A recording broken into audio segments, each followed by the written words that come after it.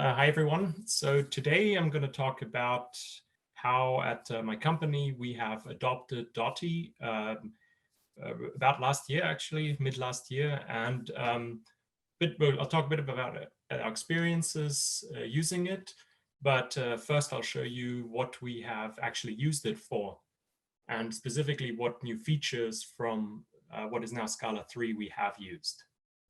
So to give a bit of background, I work at a company called Inpher.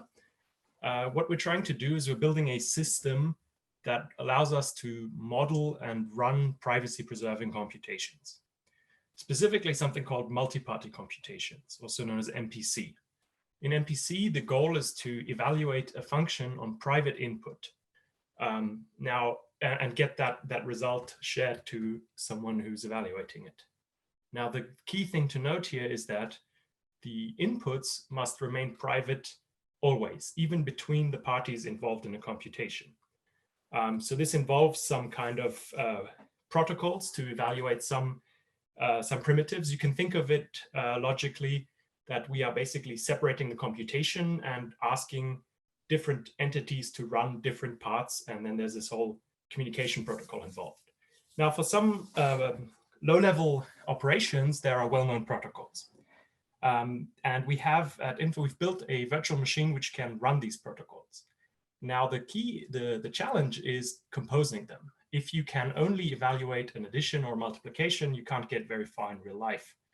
Real life being typically data analytics, machine learning, etc. So we have built a compiler that allows us to compose these high-level descriptions in a very user-friendly API that looks pretty much like, so you're going to work with linear algebra, it's going to have some aspects of like MATLAB or any kind of linear algebra library.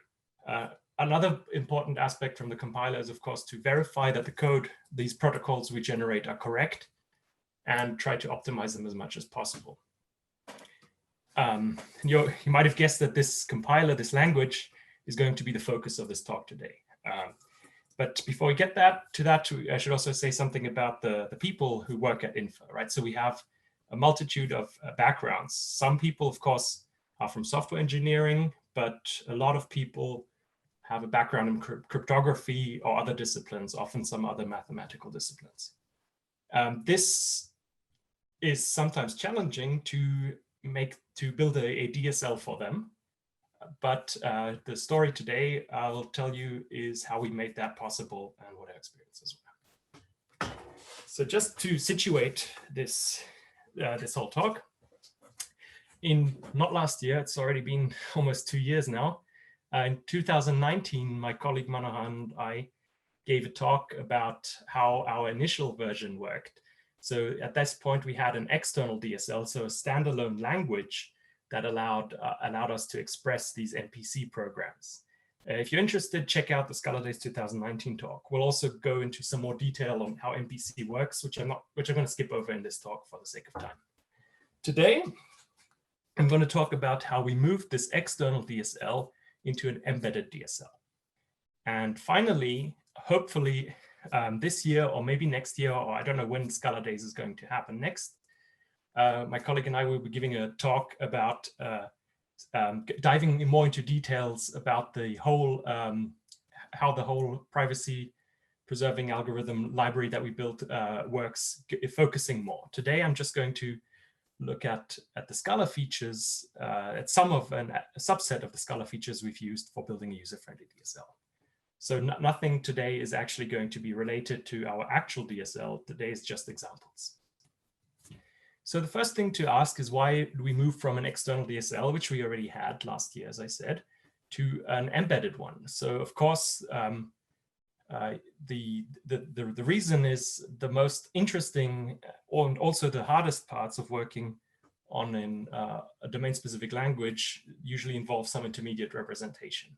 So we're not so much focused on the syntax, but rather what it semantically means and operations on them. So this is where all the work then from a compiler, all the heavy lifting comes in static analysis. So things like optimizing what you're trying to do, verifying that your algorithm is actually keeping visibilities as you expect them.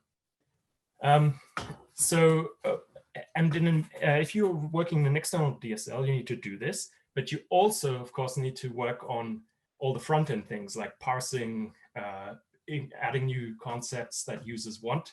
And that's, of course, it's possible, but it takes a lot of time and it's not really relevant for the problem at hand. It's not really well suited unless you have an infinite amount of resources and time. So we decided to take our external DSL and make it embedded. At the time, it was, I think, Dotty 0.25 or something like that. And we decided, hey, why not use that for our embedded DSL? So let's talk about building this DSL. So first of all, what were the goals we wanted to get to? So of course, we wanted to make it simple to read, but also to write. Basically, examples should speak by themselves, and then users should be able to tweak examples and continue working. They should also be able to quickly find and fix things by themselves without being an expert in Scala. This means that error messages are extremely important. Sometimes actually so much that we decided to go with a dynamic approach and said we will forgo type safety for error messages which are more descriptive. Now here we should note that we have something called a staged DSL. So our internal structure is decoupled from the syntax. This means that the runtime errors are sort of compile time errors because they're happening while we're basically evaluating our intermediate trees. They're just not happening at Scala compile time, but they're happening before we're executing anything on top of these trees. So it's a good trade-off. And finally, what you should also note is that, I mean, users, they're there to get their job done. They're not necessarily going to care how you do things inside. And, you know, this conference is called Scala Love. It's okay to love Scala, but you shouldn't fall in love with your own code. So the approach we took, as I said, is we decoupled the structure from the user level API. What does this mean? This means in other words, this is also called staging. So we have this intermediate representation, which I'll just talk about in a second. It allows plugging in basically different backends. And in this talk, we're going to focus on how we get from a user level API to the structure. We're not going to talk about what we do with the structure, which is actually the interesting and difficult things.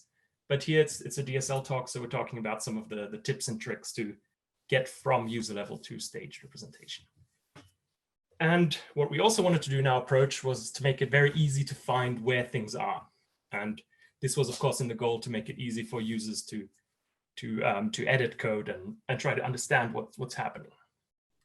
So let's look at an example of a language that is very similar to the one we have at Infer. So this, a couple things to note here. Actually, line 2, this is, you see the red underline. I've heard Dotty has recently changed their import syntax to be something more like Python. I'm not sure if this is actually the case. So the commented out line is the thing you need to use for now. But line 2, if that happens, is going to be much nicer to read. Anyway, so let's look at this code a little bit here. So some things that are noteworthy. First of all, you need to know, so we're dealing with a privacy-preserving, framework. So the concept of a data set is our central point. A data set is basically some data that belongs to different parties. Different parties can see different parts of it. There's a lot to it, but for now, think of it as just some container on which you can work in a functional manner. So it's a sort of a collection. You can map over it, as you see. Another thing to note another two things to note that are important and we'll get to is looking at line 12, this debug statement. What is that? We'll see how this integrates. It's actually not just something that you can write anywhere. It's something specific to this. It's like a sub DSL, if you will. In line 16 to 19, you'll notice we are combining data sets without using tuples or pattern matching. And we'll explain how this is possible. But basically what we're doing in general here is building this graph that combines data flows from some inputs to others. Here we're just printing it, but because again, this is, we're not interested in how things are evaluated in this talk. Let's look at the structure. So what you saw here, this is the user-facing API. What you see here is the end goal. This is internally how things are represented. There are two concepts. One, data set, which corresponds to basically a variable. And then there's a built-in, which corresponds to it's the closest to an abstract syntax tree if you're familiar with compilers.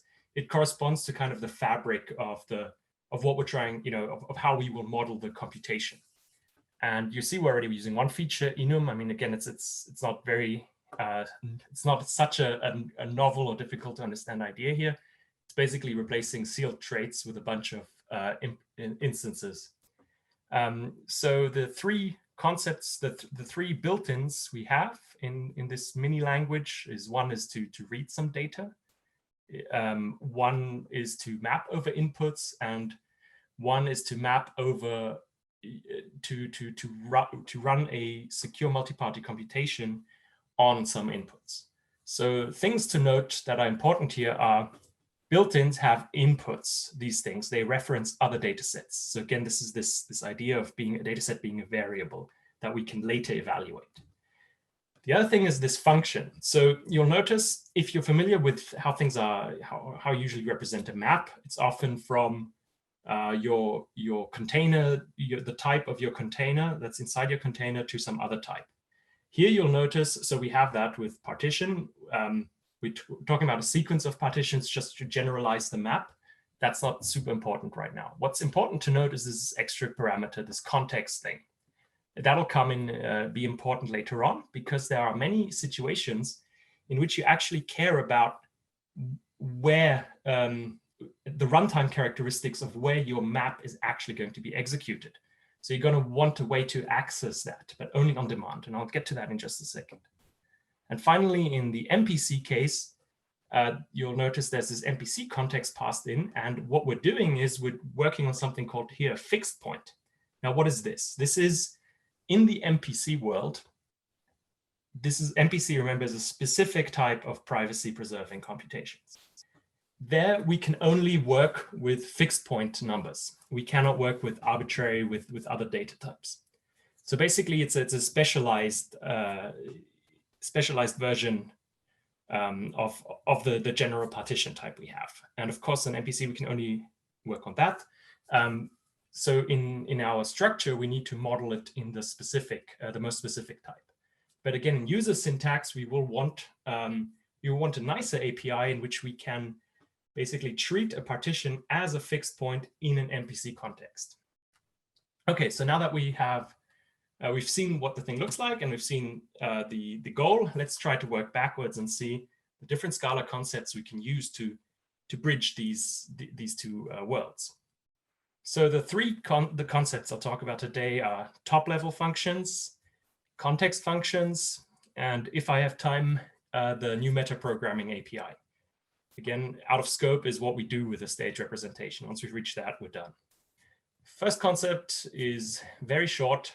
Scala 3 now has top-level functions, which basically almost all other languages do, but Scala did not, and because Java does not either. It's almost trivial. It does have some nice advantages. There's no indirection. It's basically as direct as you can get. And how we then basically bridge from the user level API defined as top level functions to our staged API is pretty straightforward. We just initialize the objects. So that's very, very simple. Second concept is where it already gets much more interesting, but you'll see they combine very nicely with top level functions. That's why I mentioned them. So the second concept is context functions. What are context functions? They are basically functions that have implicit parameters. And if you're interested, you can read about it more in this link here. Let's see, what does it mean to have implicit parameters? I think the best way to show this is through an example. So assume we have this. Actually, let me open this pointer thing here. So I hope you can see a little red dot on my screen. So anything above the dot is going to be what we're going to look at now, and then below is a second version of this. So let's look at this very simple API. We have something in which we want to build some kind of graph. So we have a function called build graph that takes itself as a parameter function that injects a builder and allows the user to do something with it. And one of the things we can do with it is this add edge function. Again, implementations are not important here. So we're just talking about the syntax.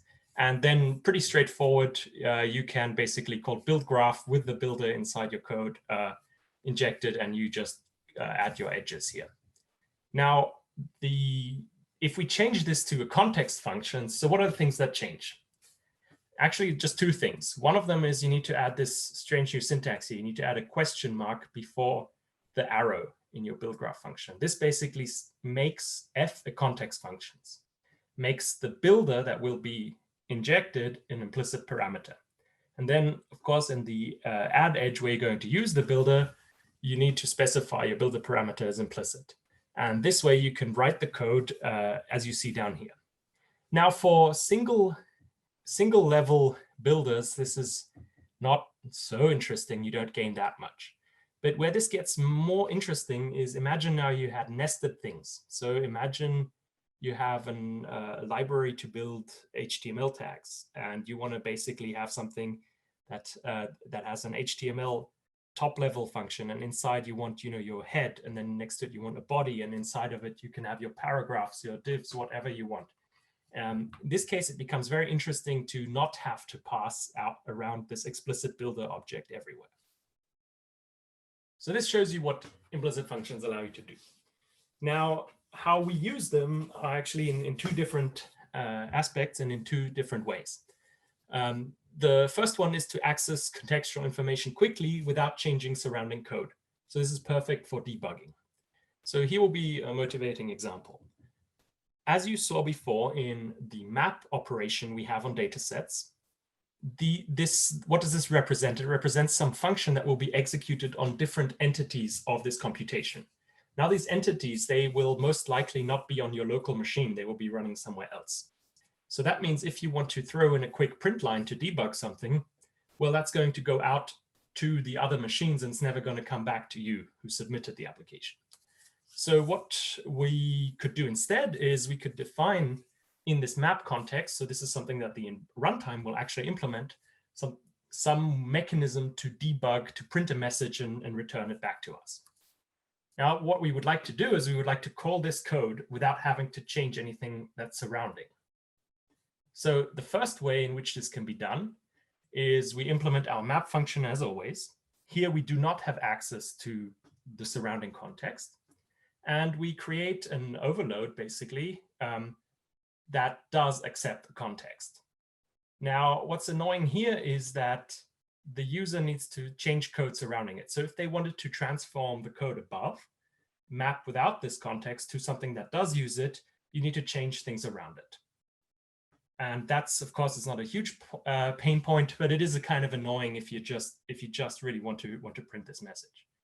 Another way to work around this is actually through the use of these context functions. So one of them is, one way to do this is to basically specify a debug method, which takes an implicit context, just forwards it to the context, and then redefine our map function to actually always have a map context as a context function. So what does this mean? This means that it allows the user to now just call debug when they want to. And if they don't want to, they don't need to change anything. They can just comment out that code or remove it. And there's nothing else to do. Now, debugging is one simple example. You can, of course, imagine you have many more complex things defined on your environment. So this is one way to use context functions. The other one where it gets much more interesting is how to compose actually different abstractions, different levels of abstractions in your language. And one example we have here from our language is that, in general, the high-level language allows you to express privacy-preserving flows. But it also has its own specialized tools for only MPC. Concretely, in the examples I showed you before, what does it mean? It means the high-level language is what you saw the map defined on, the multiparty defined on. That's working on the data set. But what wasn't shown so much was that, let me go up to this thing here. Inside of this multiparty block, in here, you're working with different types. You see it's fixed point. You're basically in a different DSL almost. You're working on different data types. And how do you transition between these two worlds? This is actually the second use case of composing abstraction of context functions. So as I said, right, within an MPC computation, partitions must always be viewed as fixed point types. So one way this can actually be modeled is, again, with context functions. So let's look at it here. So what do we need to do is, let's look at how this multi-party block is defined. It's basically just a function that takes in a context function that has a multi-party context, gives you back a fixed point. And the second part to it is, in a data set, we need to define an apply method that will basically, in view of a context, give us a representation of this data set as a fixed point partition.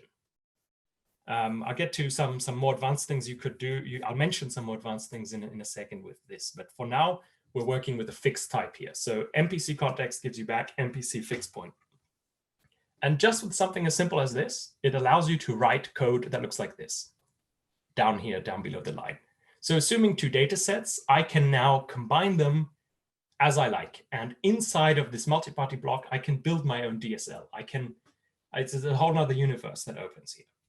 Now you can imagine taking it another step further, is making, instead of using static types here, an MPC context and an MPC fixed point, you can make the return type dependent on the context you have in here.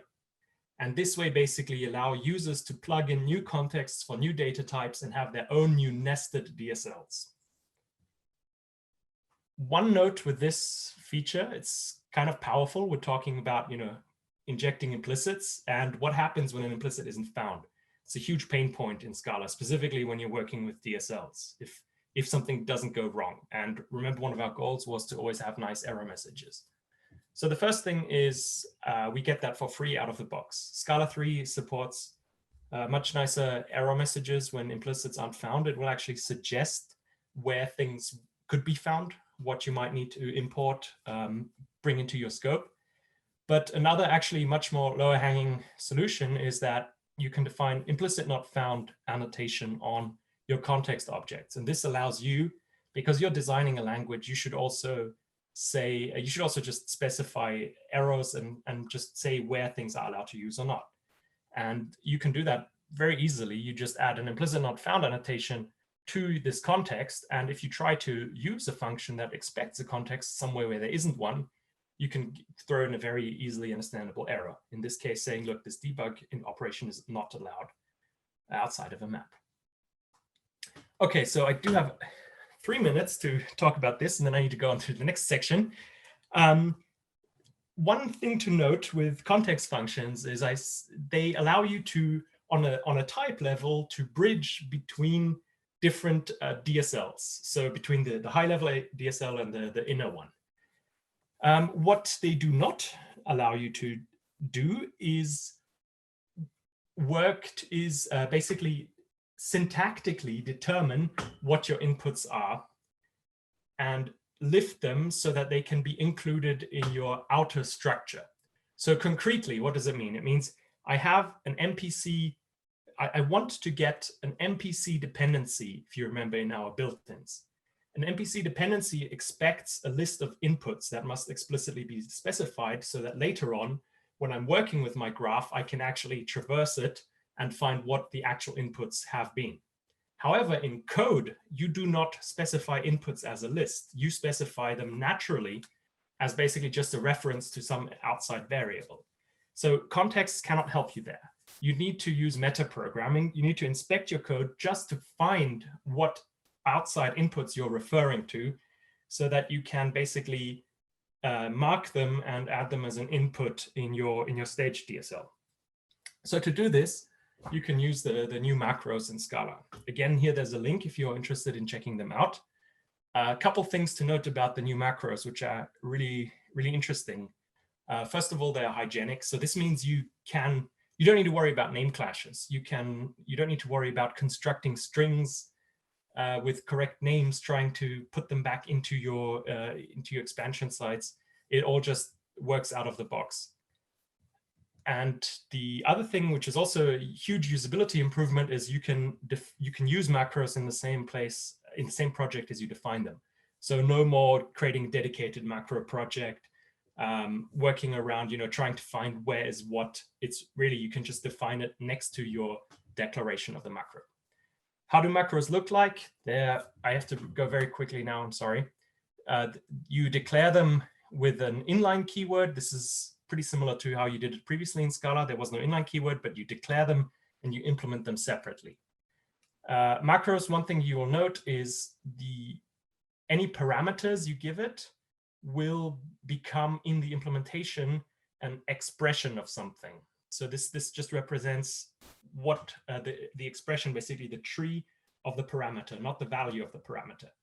And then there's this thing called quoting and splicing, which allows you to treat a Scala construct, something that's written in Scala, and take it as its tree, pass it to the macro. So this basically allows you to transform fn, so this thing here, into an expression. Splicing, on the other hand, does the opposite. It takes the expression and moves it back into regular Scala. And as I said, so macros will be used to bridge the world between syntax and structure. I don't have time to go into details what happens here. One thing to note is just this this quoted bracket, this block here in the end. This looks like it's regular syntax you would write if you're day-to-day programming in Scala, and it actually is. Except what will happen is when this macro is expanded, this code here is going to get plugged into wherever the macro is expanded. And this is very powerful. But itself, this is all checked at compile time as well. So you would not be able to inject any code that itself is not a valid Scala program. Yes, finally, one thing I do want to mention here. So again, macros, they allowed us to detect in the inputs so that we can take them out of our syntax, move them into our structure. Now with this current implementation, we're still limited to one output, but there is actually a much more interesting advanced feature called Whitebox Macros, which we could use to make the output type dependent on the input type. This would allow us to have full arbitrary graph mapping, as you can see in this example, where we take 2 inputs and 2 outputs. But again, this is a very powerful, and I'd say use this with caution. We have it in one place in our DSL, and I'm not sure if it will stay. We might be able to actually use something much simpler, not even going through macros, but using just regular inline constructs in Scala. So those were the 3 main constructs. A couple just miscellaneous things I would want to mention is import renames are always great. Just for code clarity, it's often easier to import just maybe 2 things and then refer to them with a prefix rather than importing a bunch of things from unrelated packages. Finally, union types can help you avoid naming altogether if you need them.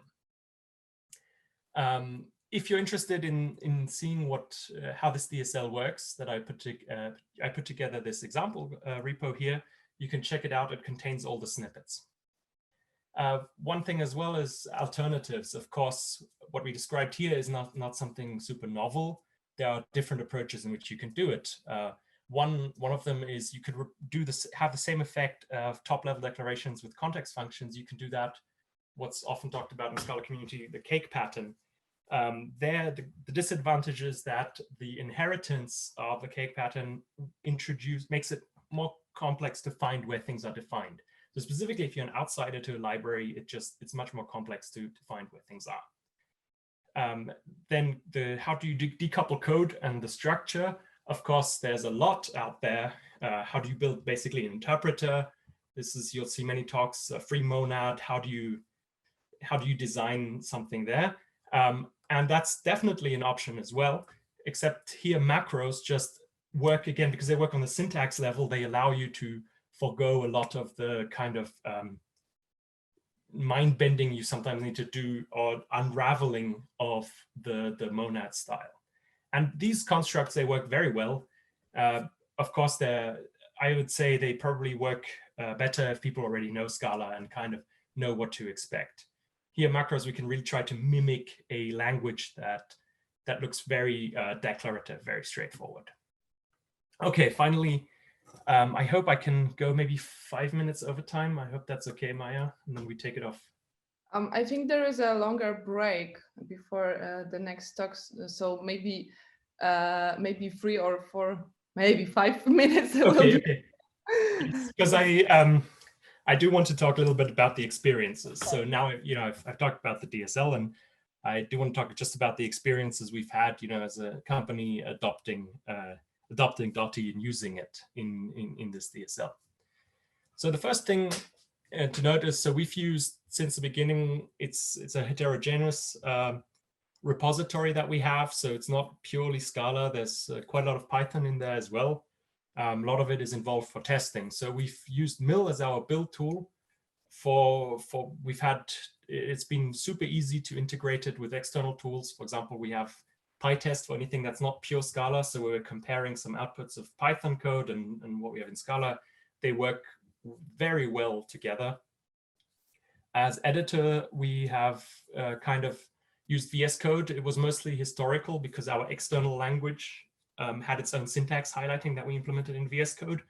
Sure, IntelliJ is great too. With Metals, we've had almost no problems. Of course, again, because we were on the bleeding edge, a couple times we did run into incompatibilities where it wasn't ever a work blocker, and as long as you never re-imported your build when you upgrade after you had upgraded Dotty, everything was mostly okay.